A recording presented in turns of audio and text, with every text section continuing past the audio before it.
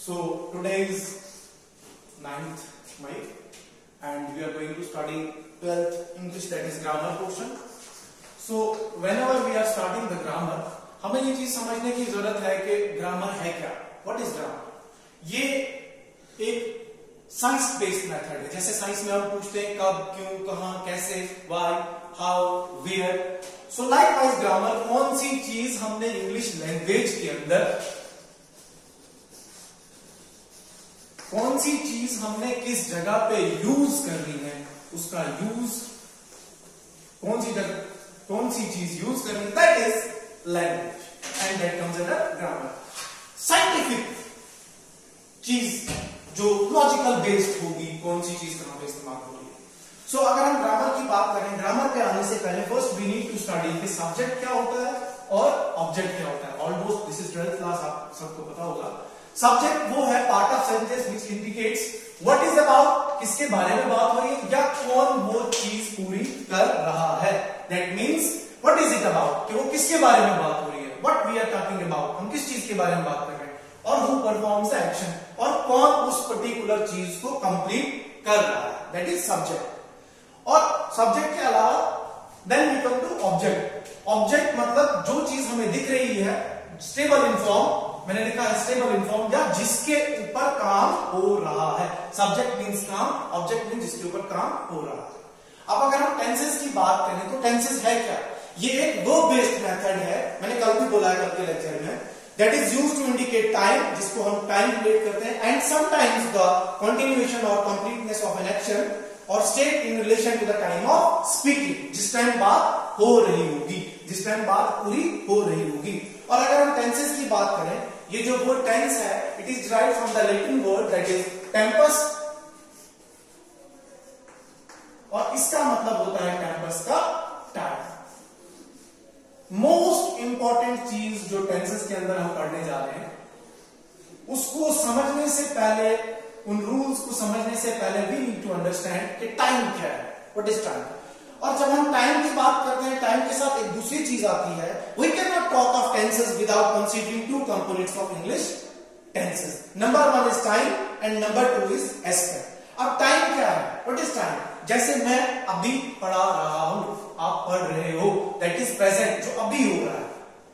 With respect to, अगर हम उसको टाइम लेंगे तो अभी हम क्या कर रहे हैं, विद रेस्पेक्ट टू टाइम हम पढ़ रहे हैं, मैं पढ़ा रहा हूं, पढ़ रहे हो, दैट इज नाउ, अभी जो हो रहा है, ठीक है, दैट इज प्रेजेंट. और अगर हम पास्ट की बात करते हैं तो विद रेस्पेक्ट टू टाइम, कल जो गुजर चुका है, कल विच इज पास्ट, जो हो चुका है, विच went before, that is past, जो पीछे निकल चुका है हमसे. तो विद रेस्पेक्ट टू अगर टाइम हम बात करें, अभी हम पढ़ रहे हैं, कल इस वक्त हम पढ़ रहे थे, और आने वाले कल में विद रेस्पेक्ट टू टाइम की अगर हम बात करें, आने वाले कल में आफ्टर नाउ, कल इस टाइम हम हो सकता है पढ़ रहे होंगे.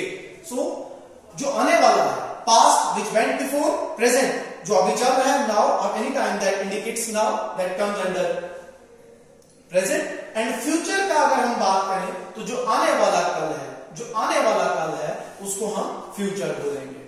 तो इसके साथ साथ एक और चीज हमें समझनी जरूरी है, दैट इज वर्ब. अगर हम पार्ट्स ऑफ 12th क्लास, इतनी बेसिक जाने की जरूरत नहीं, you should know these things, little things.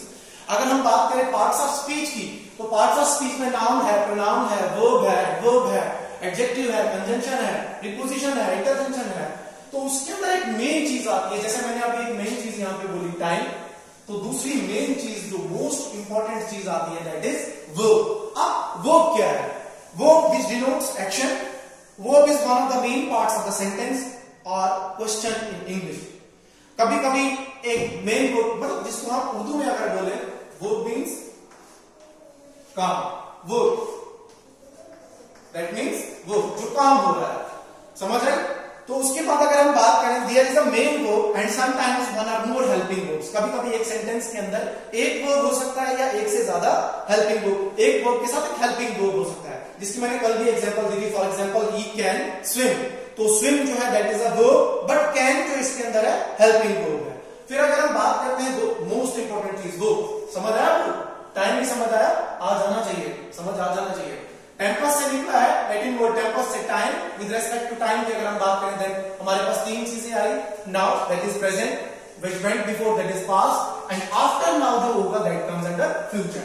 और फिर मैंने आपको verb बताया कि verb क्या है। अगर आप हम verb की बात करें, verb के अंदर बहुत सारी टाइप्स आएंगी। फिजिकल verb आएगा, मेंटल verb आएगा, स्टेट ऑफ बीइंग आएगा, एक्शन verb आएगा, ट्रांसलेटिव verb आएगा। स्टेटिव मींस जो किसी स्टेट को डिफाइन करे, एक्शन verb जो किसी एक्टिविटी को डिफाइन करे, ट्रांजिटिव verb जो किसी दूसरी चीज के ऊपर डिपेंडेंट हो। और उसके बाद मैंने आपको जो कल का हमारा लास्ट लेक्चर था, अगर आप उसको थोड़ा सा याद होगा आपको, जहां हमने उसको छोड़ा था लास्ट के चैप्टर में, सॉरी लेक्चर में, तो वहां पे हमने रेगुलर और इर्रेगुलर वर्ब्स पढ़े थे। और रेगुलर वर्ब की एक कैरेक्टरिस्टिक फीचर थी कि जब हम उसके अंदर डी और ईडी ऐड करते हैं तो एक वर्ड बनता है जिसका कोई मीनिंग होता है, वो आता है रेगुलर वर्ब के अंदर। और जिस चीज के अंदर हम डी या ईडी ऐड करते हैं वो एक वर्ड बनता है, वो रेगुलर वर्ब आ जाता है। और जिसके अंदर हम वर्ड ऐड करते हैं, सॉरी नहीं कर सकते, that comes under irregular verbs. ठीक है, ये आगे वर्ब की टाइप्स। अब हम बात करते हैं, अब हम आते हैं हमारे मेन टॉपिक के ऊपर जो हमारा आज का है, दैट इज टेंसेस। अब हम आते हैं टेंसेस के ऊपर। हर एक टेंस की तीन टाइप्स है, सॉरी चार टाइप्स है। और टेंसेस को हमने तीन कैटेगरीज में डिवाइड किया, प्रेजेंट, पास्ट और फ्यूचर। और प्रेजेंट के अंदर हमने उसकी फिर बाइफर्केशन कर दी हमने, और उसकी चार टाइप्स। सबसे पहली टाइप जो है that is present simple, that is present simple. हमें टेंसेस को पढ़ने से पहले we need to understand the rules, हमें रूल्स याद रखने की जरूरत है। जो मैंने पहले बोला कि ग्रामर है क्या, लैंग्वेज साइंटिफिक यूज, कौन सी चीज कहां पे यूज होगी ग्रामेटिकली। तो जब हम प्रेजेंट सिंपल की बात करते हैं, इसका पहला रूल ये है प्रेजेंट सिंपल का, सब्जेक्ट जो मैंने बोला, डिटेल में बोला मैंने सब्जेक्ट क्या है, सब्जेक्ट के बाद वो जिसके ऊपर काम कर रहा है, लेकिन उसकी फर्स्ट फॉर्म, वो की फर्स्ट फॉर्म प्लस एस या एस, अगर वो सिंगुलर में है तो एस रहेगा, अगर वो प्लूरल में है तो ईएस ऐड होगा। देन ऑब्जेक्ट, ऑब्जेक्ट भी मैंने आपको बताया जिसके ऊपर काम हो रहा है, और बाकी के वर्ड्स जो सेंटेंस के हैं। ये रूल आ जाएगा किसका, number one, that is present simple का रूल। ठीक है, then we come to the second one, that is present continuous. Continuous मतलब जो अभी चल रहा है, चल रहा है, that is the addition of the ING, चल रहा है। तो इसका अगर हम बात करें प्रेजेंट कंटीन्यूअस का rule, that is subject, then is, am or depending upon the nature of the sentence, then verb की first form plus ing, most important, it indicates the continuation of the verb, and then object, and then other word sentence की जो subject मैंने object detail में बोला। Then third one is present perfect। और अगर हम present perfect की बात करें, इसका रूल ये है कि हम सब्जेक्ट, वही जो मैंने बोला main part of the sentence, जिसका जो बता रहा है कि कोई एक्शन हो रहा है या जिसके बारे में कोई काम हो रहा है, सब्जेक्ट प्लस हैज या हैव। परफेक्ट, प्रेजेंट परफेक्ट की अगर हम इंपॉर्टेंट बात करें, that is the presence of the two words, that is has या हैव। अब हम किसी सेंटेंस को कैसे पहचानेंगे ये प्रेजेंट परफेक्ट में है, जो ही हम उसके अंदर हैज या हैव देखेंगे, और प्लस मोस्ट इंपॉर्टेंट चीज वर्ब की थर्ड फॉर्म का होना जरूरी है, एंड देन ऑब्जेक्ट और other words of the sentence. Then last one जो बाइफर्केशन है प्रेजेंट टेंस की, that is present perfect continuous. और प्रेजेंट परफेक्ट कंटीन्यूअस की अगर हम बात करें, क्वाइट सिंपल, वही subject which indicates action plus has have जो प्रेजेंट परफेक्ट में भी था, देन बीइंग, इसमें मोस्ट इंपॉर्टेंट चीज एक यूज होगी, that is the use of the word being, and afterwards the use of the word being we have to use the verb first form in present perfect continuous. Subject भी आया, has have भी आया, then being के साथ verb की first form, then ING and plus other words of the sentence, जो भी उसके अंदर बाकी वर्ड्स बचेंगे। सो अगर हम बात करें प्रेजेंट सिंपल की, almost all the things are similar, subject subject subject subject, but when we talk about present simple, verb की first form S or S, object and other words. और जब हम बात करते हैं प्रेजेंट कंटीन्यूअस की, subject is am are, then verb की first form plus ing and then object and other words। और present simple की अगर हम बात करते हैं, then subject has have, then verb की third form plus object। और अगर हम last वाले की बात करते हैं present perfect continuous की, तो subject same has have plus being plus verb की first form plus ing and then the remaining words of the sentence। So this was all about the rules of present tense। ठीक है। Then we come to the second one, that is past, जो गुजर चुका है, जिसको हम उर्दू में माजी बोलते हैं, पास्ट। विच अब विद रेस्पेक्ट टू टाइम अगर हम उसकी बात करें तो जो गुजर चुका है, बिफोर नो, अभी से पहले का जो टाइम था दैट इज पास्ट। अभी जो चल रहा है दैट इज प्रेजेंट, जो आएगा दैट इज फ्यूचर। इसकी भी हमने 4 types. Number 1 is past simple, जैसे प्रेजेंट सिंपल का same past simple.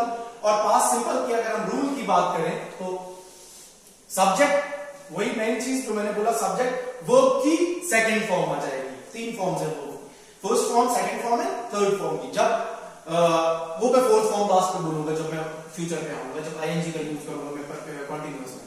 Subject plus verb की सेकंड फॉर्म प्लस ऑब्जेक्ट, ये किसका रूल है? Past. Second form means past, then past continuous. और अगर हम पास्ट कंटिन्यूअस की बात करें, सब्जेक्ट सेम, अब इसके अंदर कंटिन्यूअस के अंदर एक मेन चीज ऐड होगी दैट इज वाज या वर। यहां इज एम आर था, इज जो अभी एम आर जो अभी चल, यहां वाज या वर जो हो चुका है, चाहे वो सिंगुलर में या प्लूरल में।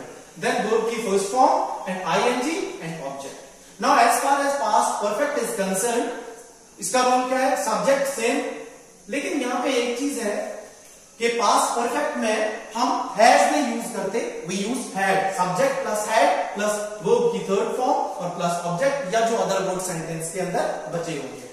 और अगर हम बात करते हैं पास्ट परफेक्ट कंटिन्यूअस की, इसका रूल क्वाइट सिंपल है, वही सब्जेक्ट जो बाकी सब चीजों में सब्जेक्ट। देन यहां पे पास्ट कंटिन्यूअस में वाज था, परफेक्ट में हैड लगा, लेकिन परफेक्ट कंटिन्यूअस में हैज बीन या हैड बीन लगेगा, और देन वर्ब की third form plus ING. Most important जो पास्ट परफेक्ट कंटिन्यूअस में लगा दैट इज वर्ब की थर्ड फॉर्म, वर्ब की third form has and have, has and have plus been, most important thing. And the last one is future, जो आने वाला कल है with respect to time, that is expected to come, that is expected to come, जो आने वाला कल है। तो उसकी भी 4 टाइप्स है। नंबर 1 इज फ्यूचर सिंपल, ये सेम है जैसे सब में, present simple, past simple, future simple. Future simple का रूल भी क्वाइट सिंपल है, सब्जेक्ट जो मैंने डिटेल में बोला, और ये subject object predicate these parts of the sentences, you should know this is 12th class. Then future simple rule इसका क्या है? सब्जेक्ट, सब्जेक्ट के साथ विल या फिर शैल का यूज होगा। आने वाले कल में depending upon the nature of the sentence we have to use will or shall. Then verb की first form, object, and then remaining words of the sentence. And then we come to the second one that is future continuous. जब हम future continuous की बात करते हैं तो उसका rule क्या है? सब्जेक्ट, सब्जेक्ट के साथ, फ्यूचर सिंपल में हमने सिर्फ विल और शैल का यूज किया था, लेकिन फ्यूचर कंटिन्यूअस में हम सब्जेक्ट के साथ, विल और शैल के साथ मोस्ट इंपॉर्टेंट चीज बी का यूज करेंगे, शैल बी और विल बी, प्लस वर्ब की first form, then ING, object and other words of the sentence. Then future perfect, अगर हम फ्यूचर परफेक्ट की बात करें, सब्जेक्ट, सब्जेक्ट के साथ विल हैव, विल या shall have, and then verb की third form.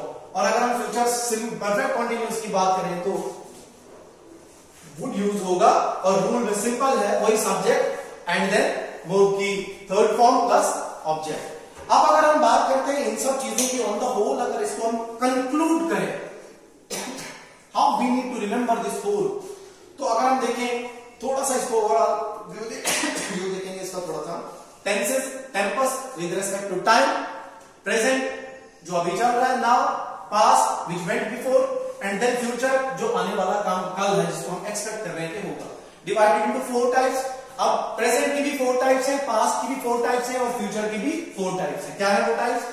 Present simple, past simple and future simple. ठीक, सब्जेक्ट, सब्जेक्ट, सब्जेक्ट, एस, लेकिन यहां पे ये डिपेंड, मैंने पहले भी बोला था सिंगुलर प्लूरल में है, ऑब्जेक्ट अदर वर्ड्स, लेकिन यहां पे सिंपल में वर्ब की सेकंड फॉर्म होगी और फ्यूचर में विल और शैल का यूज होगा, और वो फ्यूचर में वर्ब की फर्स्ट फॉर्म रहेगी, पास्ट में, पास्ट सिंपल में वर्ब की सेकंड फॉर्म रहेगी। और अगर हम बात करेंगे प्रेजेंट कंटिन्यूअस की, subject is am are, verb की फर्स्ट फॉर्म आईएनजी, ऑब्जेक्ट, लेकिन यहां पे क्या है? सब्जेक्ट, प्रेजेंट में भी सब्जेक्ट है, इज एम आर तो चल रहा है, लेकिन इज एम या आर को हम पास्ट में बदल देंगे वाज या वर में, सिंगुलर प्लूरल अगर होगा वर्ब की फर्स्ट फॉर्म, वर्ब की first form ING object, almost थोड़ा सा मॉडिफिकेशन है रूल का, बाकी सेम है। और अगर हम फ्यूचर में देखें कंटिन्यूअस में सब्जेक्ट, लेकिन यहाँ पे वाज, पास्ट में वाज था, यहाँ विल या शैल लगेगा। And most important thing, will या शैल के साथ बी का यूज होना जरूरी है। देन वर्ब की first form ING object, almost same. फिर अगर हम ऐसे ही बात करें सबकी, एक मैं और आपको एग्जांपल देता हूं, प्रेजेंट सिर्फ परफेक्ट की अगर हम बात करें, सब्जेक्ट हैज या वर्ब की थर्ड फॉर्म ऑब्जेक्ट। लेकिन पास्ट में क्या होगा, सब्जेक्ट, यहाँ भी सब्जेक्ट प्रेजेंट है, यहाँ हैज था जो अभी चल रहा है, हम इसको हैज या हैव अगर कहीं किसी सेंटेंस में होगा और हमने उसको पास्ट में कन्वर्ट करना है, तो हम डायरेक्टली वहां हैज हैव की जगह क्या यूज करेंगे, had, quite simple, had use करेंगे। देन वर्ब की third form plus object, quite simple.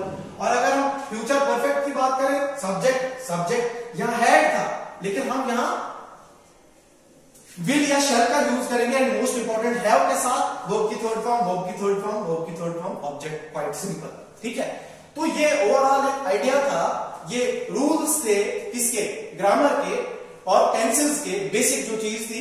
अब हम क्या करेंगे, अब हम स्टडी करेंगे इनकी एग्जांपल्स, और हमने इस प्रेजेंट टेंस का यूज, पास्ट टेंस का यूज और फ्यूचर टेंस का use with respect to time and with examples.